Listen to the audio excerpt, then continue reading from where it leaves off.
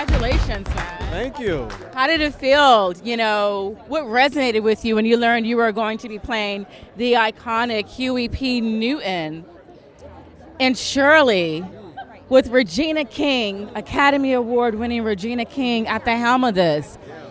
I mean, you could.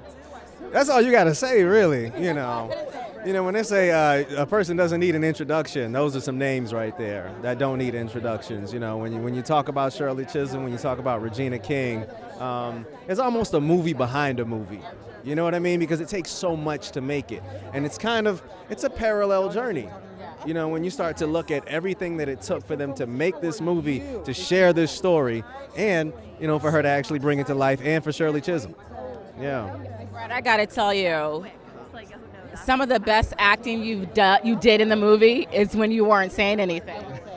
I was like, this brother is working that face. I had goosebumps.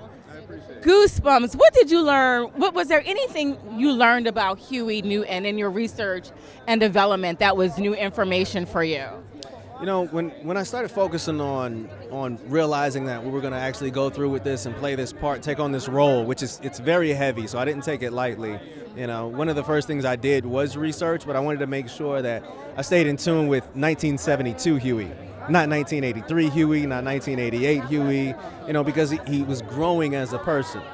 So, what I found, honestly, was beyond the research. After the research was done, I was able to kind of feel him. And then I listened to the words of John Ridley, the words that he wrote.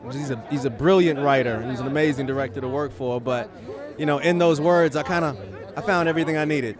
Wow. Yeah. What did you learn from being on set? Because what I've learned from interviewing actors, and I've been interviewing actors for a long time, is that after each, film closes, they're made different, they're made better.